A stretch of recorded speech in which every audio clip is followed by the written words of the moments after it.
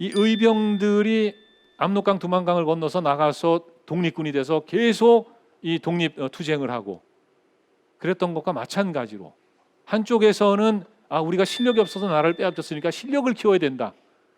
교육을 하고 산업을 일으키려고 애쓰고 그런 분들이 있었고요.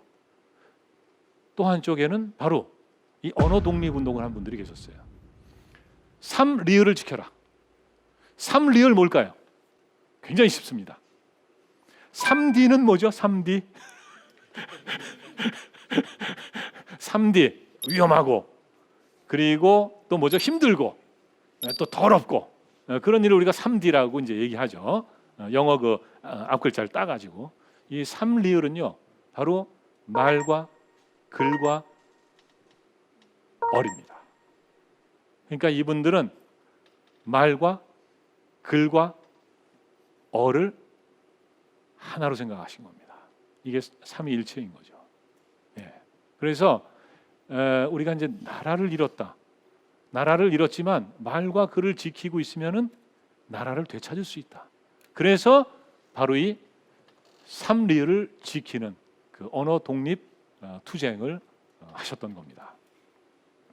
아까 독립신문 나왔을 때 잠깐 말씀드렸던 주시경 선생님, 일본의 우에다가 있었다면 우리에게는 주시경 선생님이 계셨습니다. 주시경 선생은 이제 1876년에 태어났는데 어려서는 서당에서 역시 한학을 공부했습니다. 근데 이분은 어떤 생각을 했느냐? 글이란 말을 그대로 적으면 되는데 왜 천자, 지자 이런 걸 배워야 되느냐 이렇게 생각하신 거예요.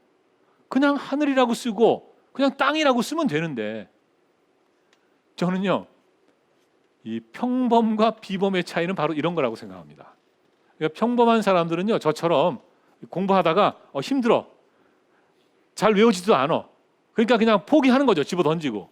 그런데 이 비범한 사람들은 내가 이걸 왜 배워야 되는 거지? 그리고 왜 이걸 해야 되는 거지? 이런 의문을 갖는다는 거죠. 주시경 선생은 바로 그런 의문을 가지셨습니다. 그리고는 국어학자의 길로 이제 접어드시게 된 거죠. 그래서 이제 국어 문법을 정리하고 말의 소리가 이제 유작인데요. 그러니까 이제 이 근대적인 국어학, 그 이론적으로 그걸 설명하고 정립하고 학설을 채운 바로 이제 우리 국어학의 효시가 바로 주시경 선생입니다. 그리고 이분은 제자들을 열심히 가르쳤죠. 왜? 나는 발견했는데 발견한 것을 제자들에게 빨리 가르쳐줘야 제자들이 배우고 더 발전시킬 수 있지 않겠습니까? 그래서 굉장히 열심히 강의를 하러 다니셨어요. 일주일에 40시간을 한 학교가 아니라 이 학교 저 학교를 뛰어다니면서 정말 바쁘셨을 거예요. 그러니까 바쁠 때는 일주일에 40시간을 강의하셨다고 합니다. 보따리 하나 딱 들고 다니면서. 그래서 별명이 주보따리입니다. 주보따리. 굉장히 열정적으로 강의하셨다 그래요. 막 침을 튀겨가면서 강의를 하셨다고 합니다. 예. 그리고 또 이제 주시경 선생님이 꼭 하고 싶었던 게 바로 말모이 만드는 겁니다. 사전을 만드는 거. 문명 국가는 다 사전을 갖고 있다. 근데 우리는 사전이 없다. 그래서 우리도 사전을 만들어야 된다. 또 하나는 사전을 만들므로 해서 바로 우리 국어가 정리가 되고 통일이 된다. 그래서 열심히 그 최남선이 만들었던 광문회 이런 데를 다니시면서 그 수제자인 김두봉이나 이제 권덕규 이런 분들하고 같이 말모의 사전을 만드셨던 거예요. 그런데 이분이요 1914년에 돌아가십니다. 갑자기. 이분이 사실은 이제 1914년 여름에 황해도 분인데 고향에 갔다 그래요. 중국으로 저 망명할 겁니다. 그래서 마지막 인사를 하러 갔다고 합니다. 그러니까 이제 이 국내에서 활동하는 게 너무 힘드니까 그랬는데 돌아오셔서 준비하던 며칠 사이에 돌아가신 겁니다. 갑자기 급체로 돌아가셨다 그래요. 정말 이 조선에는 큰 별이 하나 애통하게 신 겁니다. 이 스승의 부음을 듣고 최원배 선생은 아주 대성통곡했다 그래요. 그러면서 내가 스승이 하고자 했던 일을 꼭 이루겠다. 이런 다짐을 했다고 합니다. 이 말모이를 만드는 거, 지금 여기 보면은 말이 오르면 나라가 오르고 말이 내리면 나라가 내린다 이렇게 돼 있는데, 이게 1910년 6월에 보증 침묵해보라는 잡지에 쓴 글에 나오는 말입니다. 그러니까 이때 이미 주식현 선생이 나라가 망해가는 걸 예감을 하고 계셨던 거예요. 그러니까 지금 나라가 내려가고 있다. 그렇지만 우리가 말을 잘 잡고 말을 다시 올리면 나라를 찾을 수 있다. 실제 이제 이런 얘기를 제자들에게 수업 시간에 많이 했던 겁니다. 그래서 주시경 선생은 너무 애통하게 일찍 세상을 뜨셨지만은 제자들, 정말 훌륭한 제자들이 있었던 거예요. 이 제자들이 스승의 뜻을 이어갑니다. 그래서 3.1운동 이후에 이제 조선어 연구회라는 것을 만들어서 이제 활동을 하고, 그러면서 1929년에 바로 조선어 사전 편찬위원회를 발족을 합니다. 여기에는 그 당대에 이제 조선의 지식인들 108명이 발기인으로 참여를 해요. 이건 뭐냐면요, 이 사전 만드는 거, 이 언어 운동, 이것에 많은 조선의 민족 지사들이 공감을 했다는 겁니다. 이것을 민족 운동이라고 생각을 했다는 거예요. 그리고 이 글은요, 사전 편찬위원회의 취지서입니다. 근데 이게 참 흥미로운 글입니다. 사전을 만드는데 어떤 분들은 사전은요, 그냥 이렇게 모르는 낱말이 있을 때 그냥 찾아보고 뜻 이해하는 거 이렇게 생각을 하시는데, 이 사전이라는 건 단순히 그게 아니라고 얘기합니다. 이 사전이라는 것은 그 민족이 쓰는 그 모든 말을 다 거기다가 담아놓은 거잖아요. 그래서 그 민족의 역사와 문화 모든 것이 거기에 담겨 있다고 얘기를 합니다. 근데 이걸 보면요, 흥미로운 게 뭐냐, 오늘날 세계적으로 낙오가 됐다는 표현이 나옵니다. 이것을 저는 이건 식민지 조선을 얘기하는 거로구나, 이렇게 저는 해석을 합니다. 낙오가 됐어요. 식민지가 됐단 말이죠. 그런데 조선 민족의 갱생할 접경, 이건 뭐냐, 다시 되살아날 지름길입니다. 두 글자로 줄이면 독립이죠. 그러니까 식민지에서 독립하는 길을 찾는 겁니다. 이건요, 이 기미 독립선언서하고 전혀 다를 게 없는 거예요.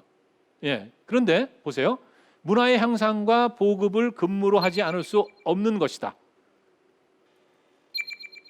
문화를 촉성하는 방편으로는 문화의 기초가 되는 언어의 정리와 통일을 급속히 꾀하지 않을 수 없는 것이다. 그를 실천할 최선의 방책은 사전을 편성함에 있는 것이다. 바로 사전 만드는 것이 독립하는 지름길이라고 생각을 하셨던 겁니다. 그래서 이게 사전 편찬 취의서에 담긴 내용인데, 사실은 이것 때문에 이제 나중에 결국에는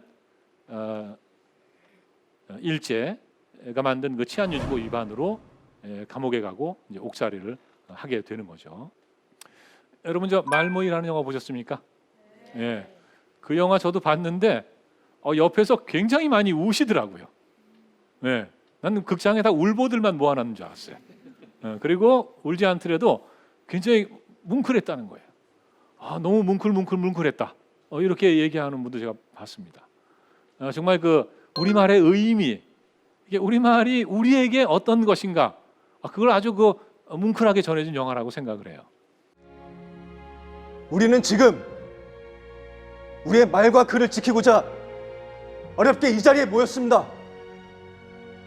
말은 민족의 정신이요, 글은 민족의 생명입니다. 우리는 반드시 우리말 사전을 완성할 것입니다. 지금 윤계상 씨죠. 이분이 이제 대표 역할을 하고 있어요, 영화에서. 그런데 이 사전을 편찬하는 곳이 굉장히 이렇게 그럴싸하게 보입니다. 공간도 아주 여유가 있고, 그 편찬원들이 독립적인 책상에 앉아서 딱 자기 일을 하고 있고, 심지어는 여기에 지하에 말모이 카드를 숨겨놓은 무슨 비밀 창고도 있어요. 그런데 실제 그 사전 편찬실은 저러지 않았습니다. 그러니까 이 영화는 실제 역사하고는 조금 다를 수 있어요. 예. 그래서 과연 어땠을까요? 이것이 이제 조선어학회 사무실입니다. 연구실이자 사전 편찬실이 있는 건물이죠. 2층 양옥입니다. 그리고 땅은 32평밖에 안 돼요. 조그맣니다. 예, 이런 공간인데 1층은 또 그때 대표였던, 그러니까 이제 윤계상 씨가 이분 역할을 한 걸로 보여지는데 이금로의 살림집이었습니다. 왜냐하면 이금로는 집이 없었어요. 외국에서 유학하고 돌아왔는데 집이 없었습니다. 그래서 여기서 살게 되는 건데 2층만이 온전한 편찬실입니다. 2층만이. 그런데 이것을 1935년 8월에 정세권이라는 분이 지어서 기증을 해요. 왜 이 건물을 기증을 했을까요? 정세권이라는 분은 건축업자입니다. 건축업자인데요. 이분은 민족운동에도 관심이 아주 높았어요. 그래서 실제 이제 조선물산 장려회 같은 데서 아주 중요한 역할을 맡아서 활동을 하고 그랬습니다. 거기서 방금 전에 말씀드린 이금노를 만나게 되고 조선어학회가 사전 편찬하는 일을 알게 되고, 그런데 보니까 그때 서울 종로의 수표동에 조선교육협회라는 게 있었는데 거기서 새빵살이를 하고 있었습니다. 방 하나 빌려가지고. 그런데 보니까 처음에는 이분이 잘 이해를 못했던 것 같아요. 저분들 왜 저런 걸 하고 있나?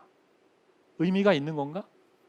그런데 이렇게 다니다 보니까 이 사전 만드는 학자들은 돈, 명예 이런 거 전혀 생각지 않고 오로지 그냥 사전만 만드는 거예요. 그거에 감동을 해가지고 이제 이 건물을 지어서 기증을 하게 된 겁니다. 그래서 이제 비로소 조선어학회가 독립된 건물주가 돼요.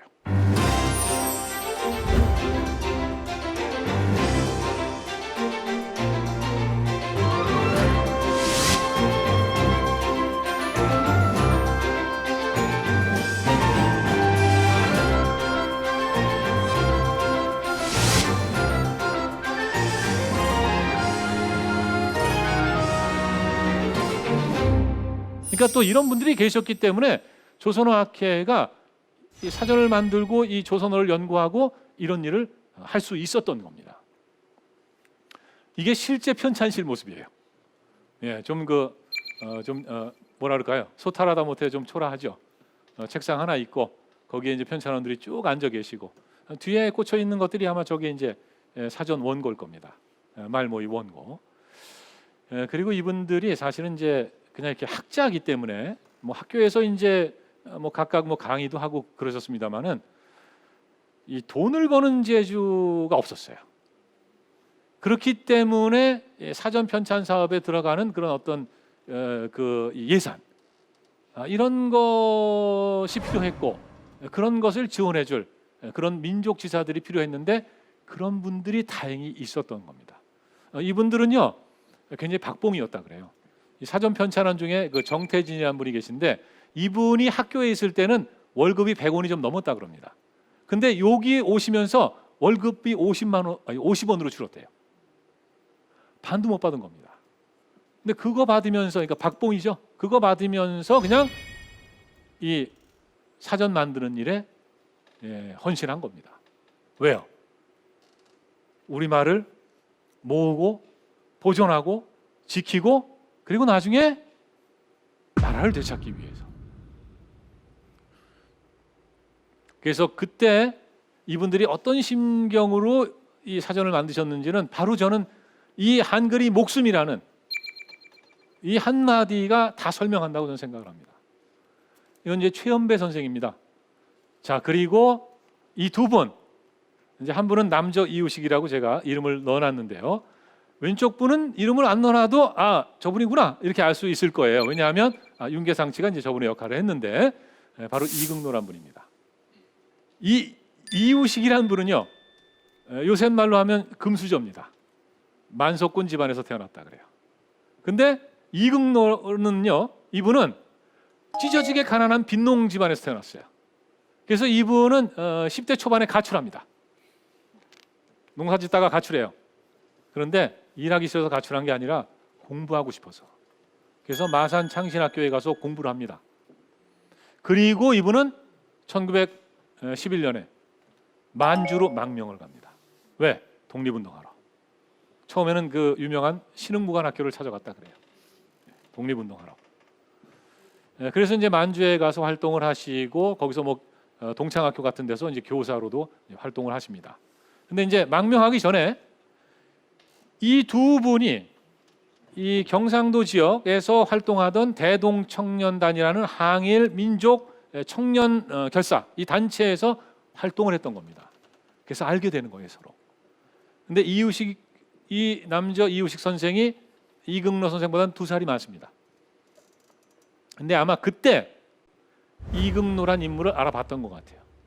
그래서 이긍로 선생이 만주에 가서 활동하고 있을 때 1915년에 편지를 보내서 상해에 와서 공부를 해라. 그래서 이긍로가 상해로 갑니다. 거기서 동제대학이라는 데를 다녀요. 그리고 졸업한 다음에는 독일로 갑니다. 독일의 베를린 대학에 유학을 해요. 그래서 1922년부터 27년까지 공부를 하고 정치 경제학 이런 걸 전공했다고 하는데 철학 박사 학위를 받습니다. 근데 이분 아주 가난한 집안에서 태어났다고 말씀드렸잖아요. 돈이 어디 있었을까요? 이우식 선생이 학비를 다 대준 겁니다. 어렸을 때 같이 활동하면서 이긍로의 인물 됨됨이를 본 거죠. 아, 학구열이 뜨겁고 항일 의지가 강하고 아, 내가 이 친구를 키워야겠다. 밀어줘야겠다. 그래서 독립의 일꾼으로 만들어야겠다. 이런 생각을 하셨을 거라고 저는 생각을 합니다. 그래서 지원을 하게 되는 거죠. 이우식 선생도요. 3.1운동 때 의령 만세 시위를 이끌고 상해로 피신을 했다가 들어와서 백산 안희재 선생하고 백산무역주식회사라는 것을 만들어서 활동을 하는데 이것은 이제 식산흥업 산업을 일으킨다. 또 상업을 활발히 한다. 이런 점에서 굉장히 중요한 거고요. 또 중요한 것은 뭐냐면 바로 임시정부의 독립자금을 대던 회사였습니다. 그래서 이우식 선생이 이제 부잣집 아들이잖아요. 이제 가을에 추수를 하면은 쌀을 팔아서 돈이 생기겠죠.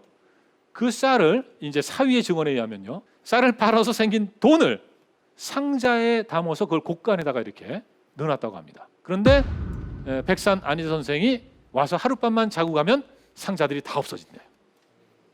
그래서 그것이 이제 바로 이제 백산 안희재 선생을 통해서 임시정부의 독립자금으로 이제 갔다는 겁니다.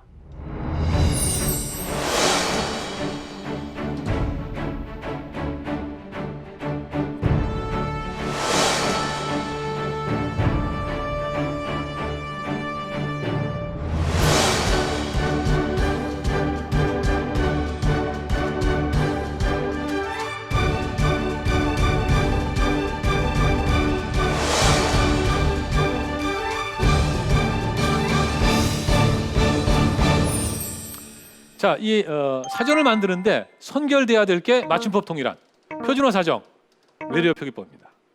이것을 먼저 합니다. 이걸 하면서 이제 사전을 편찬을 하는 거죠. 그래서 이제 통일안이라는 걸 1933년에 만들고 표준어 사정을 하는데 이 표준어 사정이 이게 재밌습니다. 표준말은 대체로 현재 중류 사회에서 쓰는 서울말로 한다. 그랬더니 이제 지역에 있는 분들이 아니 왜 서울말이 최고야? 뭐 이렇게도 이제 반문을 하시는데 이제 그럴 만한 사정이 있습니다. 이 말이요, 여기 까랭이, 나말이, 발가숭이, 안질뱅이, 이게 뭘 얘기하는 걸까요? 이게 어떤 한 가지를 얘기하는 겁니다. 근데 각 지역에서 이렇게 다양하게 말을 쓰고 있는 거예요. 이게 뭘까요? 이게 뭘까요? 이게 잠자리입니다. 그러니까 아래 동네에서는 야 오늘 나 잠자리 잡았어. 근데 저쪽 웃동네에서는 야 나 오늘 안질뱅이 잡으러 간다. 이게 서로 소통이 될 수가 없는 거죠. 그래서 이 표준말이라는 게 불가피하게 그런 어떤 그 필요성이 있었다. 근데 이제 이런 건 있죠. 까랭이, 나말이, 안질뱅이, 잠말이, 짬잘래 이런 말을 우리가 이제 지금은 잊어버렸다는 겁니다. 잃었다는 거죠. 광명까지는 16km가 남았습니다. 그런데 6km 가서 우리가 동시에 다 흥분을 해야 돼요. 왜냐하면 6km 가면은 동시에 흥분 기점이기 때문에 왜 그래야 되는지는 모르겠어요, 저도. 예, 그래서 이제 이런 걸 보면은 띄어쓰기가 조금 불편하고 힘들어도 이게 필요하구나. 뭐 이런 걸 이제 느낄 수가 있죠. 자, 이렇게 이제 조선어 학회는 사실은요, 이분들은요, 굉장히 이 현실 감각이 없는 분들이에요. 왜냐하면 조선어는 죽어가고 있었습니다. 일본어를 열심히 공부해야 사회 나가서 직장도 얻고 출세하는 겁니다. 조선어는 끝난 언어입니다. 이미 사망 선고를 받은 거예요. 그런데 그것을 지키려고 그 사전 만들겠다고 그러고 있었던 거죠. 그러다가 드디어는 이제 이 조선어 사건 이것을 맡게 됩니다. 1940년대 가면은 일제가요, 조선총독부가 국어 전해 운동, 국어 상용 운동 이런 걸 합니다. 그러면서 이제 거리에서도 사회에서도 국어를 써야 돼요. 국어는 뭐냐? 일본어죠. 일본어 써야 됩니다. 그래서 학교 가서 만일 학생이 조선어를 썼다, 그럼 혼납니다. 그래서 이제 국어 상용 카드 제도 이런 것도 있었는데 이건 뭐냐면요, 학교에서 학생이 실수로 이제 조선어를 했어요. 그러면 벌을 받아야 됩니다. 야단 맞고, 그리고 국어 상용 카드라는 것을 저 학생이 들고 있는데 저것을 목에다 걸어줍니다. 그럼 이건 뭐냐? 하루 종일 나를 조선말 했어요, 잘못했어요, 그러고 다니는 겁니다. 언제 벗을 수 있느냐? 친구가 조선말 하는 걸 발견하면 너 지금 조선말 했지? 그때 비로소 여기서 해방이 됩니다. 그러니까 이건 뭐냐면요, 또 서로를 감시하게 만드는 겁니다. 국어를 사용하다가 혼났다, 사용했다가 혼났다. 이게 이제 조선어학회의 발단이 된 일기장에 적힌 글입니다. 함흥의 영생여학교에 이제 박영이라는 학생이 있는데 일기장에 이렇게 쓴 거예요. 근데 이제 이 일기장이 일경에 포착이 되고, 자세한 내용은 생략하겠습니다. 일경에 포착이 되고 이 학생이 불려갑니다. 왜? 국어를 사용했다. 그럼 그 당시는 국어가 일본어죠. 학교에서 일본어 썼어요. 그럼 당연히 써야 되는 겁니다. 근데 야단을 쳤다? 그럼 그 선생님이 문제가 있는 거죠.